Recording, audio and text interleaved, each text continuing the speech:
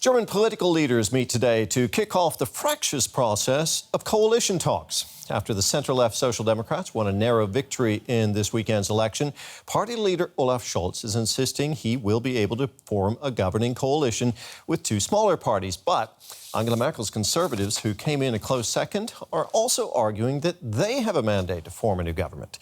That puts the spotlight on the Green Party and the Free Democrats as Germany enters what could be months of coalition negotiations.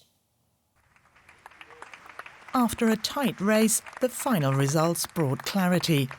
Olaf Scholz and his Social Democrats edging a small but definite lead over the Conservatives.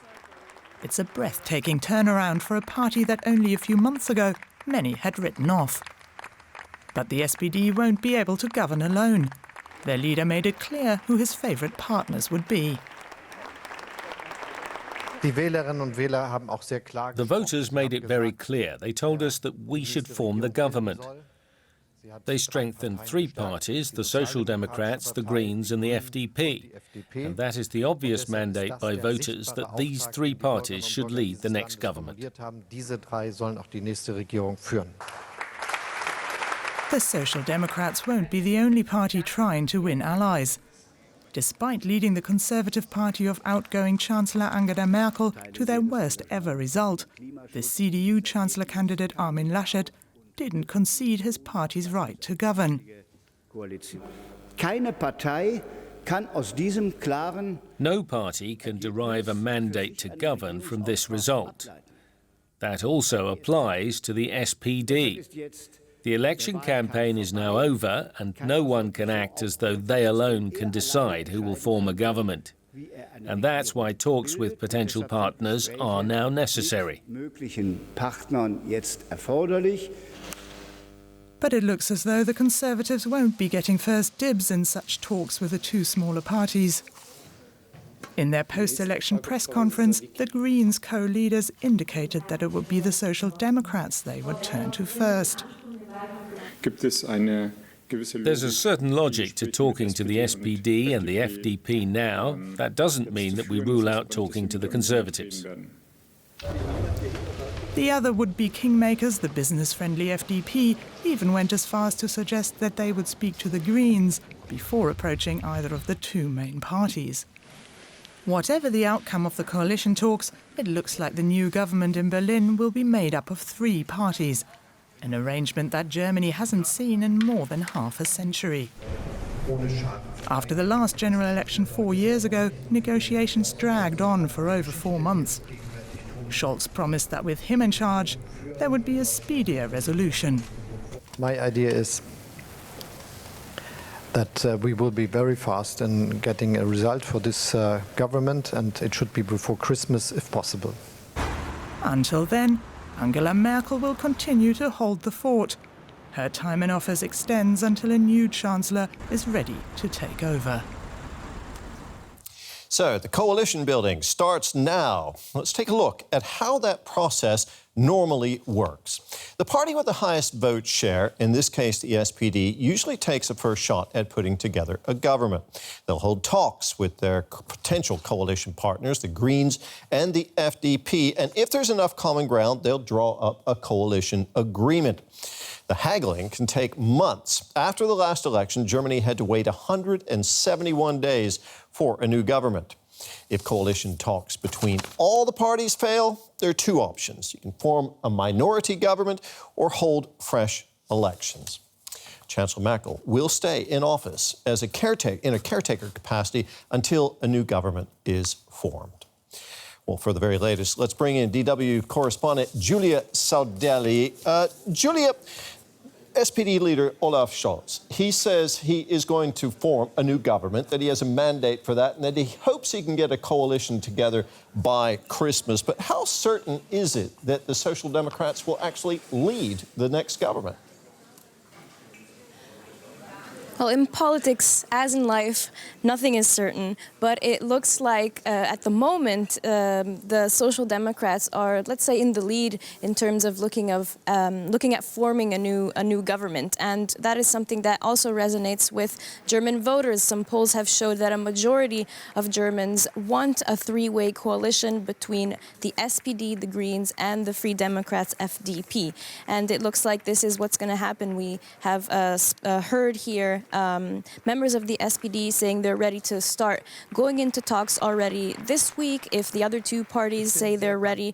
So they're looking to get started on these talks, but anything can happen. We've seen it happen before, coalition talks collapsing. So even though it looks like the SPD will have a first dibs at trying to start a coalition, it doesn't necessarily mean that they'll be able to form one successfully. Okay, so while the Social Democrats are trying to do that, you've got the CDU, on the other hand, Chancellor Merkel's party, in this case led by Armin Laschet. Even though they did not win the election this time, he says he will still try to form a government too. How realistic is that? Well, a lot of that depends on how much Armin Laschet manages to maintain his standing in the party. We've heard some disgruntled comments within the party, some members calling for Laschet to resign, others saying that they really don't see a mandate to form a government and that the CDU should do some soul-searching before they decide to take lead again.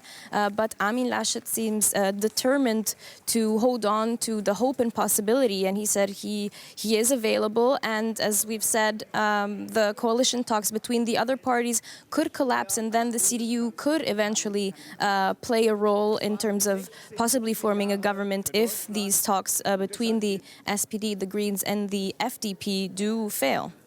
Okay, but the first step, we've got the Social Democrats talking to probably the Greens and the FDP, trying to put together a three-way coalition. What are the main challenges, Julia, to forming that coalition? Well, between the Social Democrats and the Greens, there are some closer points of contact in terms of party programs.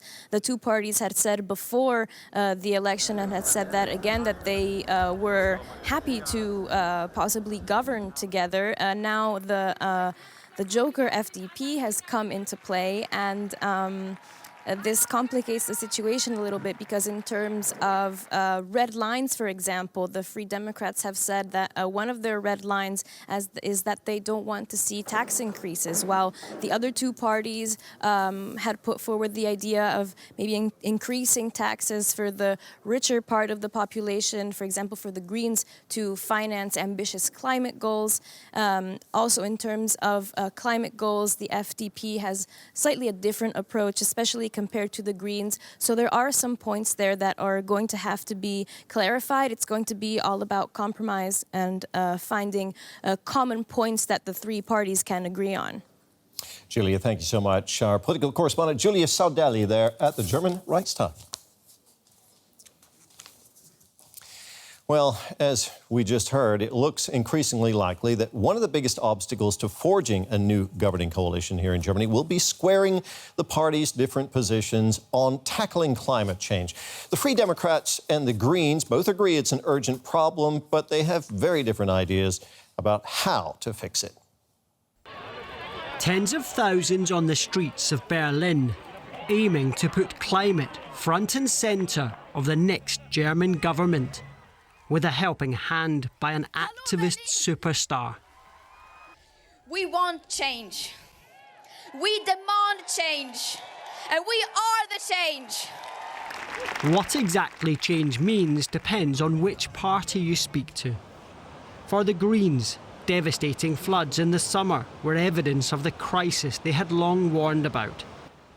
To fix it, they want a ban on new combustion car engines, speed limits, massive rail investment, and to speed up the exit from coal. We finally need a government that will fight for the climate with all its might, with all its heart and with passion. For the Free Democrats, you could substitute climate with business.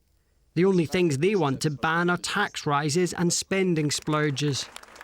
They're counting on innovation and the market to solve the problem. Our responsibility is to produce the technologies that make it happen, at home, but also in the world. An economic perspective, a free way of life reconciled with climate protection. Little separates the two biggest parties, Olaf Scholz's Social Democrats and Armin Laschet's Christian Democrats' promise to hit net zero carbon dioxide emissions by 2045 and exit coal in 2038. For them, the message is that the scale of the upheaval requires careful management. We will only be able to tackle the big tasks such as the energy transition or the climate turnaround with growth and new economic dynamics, which will require a lot of resources. It's the biggest industrial and economic modernization project that Germany has had to undertake in well over 100 years. We want to tackle this, and we can do it if we start now. As the horse trading begins in Berlin, the question for the parties is where are they willing to budge? Well, for more, let's speak with Lisa Badum. She's the climate policy spokesperson for the Greens in the German parliament. Thanks for being with us. Ms. Badum, if your party does enter government, it will be as a junior partner in a three-way coalition. What makes you think you can push through your climate agenda in those negotiations with other parties who have different ideas about how to address the climate crisis? Good morning, first of all. What we've seen with the election is a clear mandate for tackling the climate crisis. We gained nearly 6%, and our main topic was climate protection, and especially the younger generation. They voted for us. So people below 30, they had the Greens at the first place. Mm-hmm. So I think it's quite clear that this topic gained percentages and people want something to go forward, whereas the Conservatives, they lost this election. So for me, the direction is quite clear.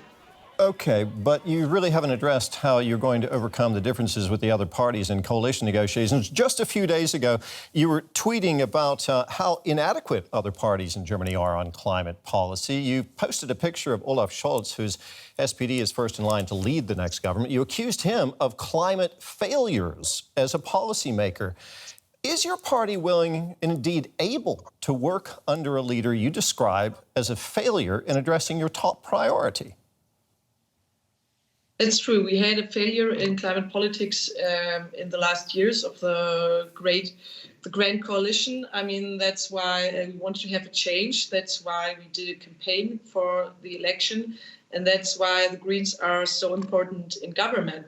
And every party, I mean, except the AfD, addressed the topic of climate protection. So every party has to deliver now, if it's SPD or FDP or wherever party.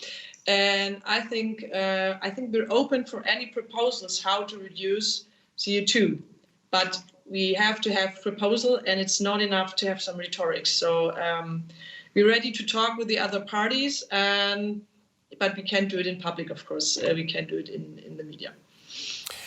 What are your non-negotiables moving into this? If your party, here, let me put it another way. Is your party prepared to walk out of coalition talks if you feel you're not getting your agenda across?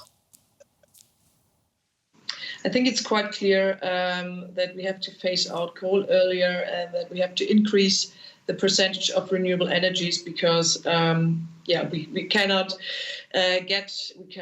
reach our goals without that. And I think the red line should be the German climate targets. We all agreed to them in the Bundestag, so we should adjust to that. Lisa Badum, member of the German Parliament from the Green Party, thank you very much. Thank you. Well, for the conservative CDU-CSU bloc, this election delivered the worst ever national result. Several prominent Christian Democrats lost in their constituencies.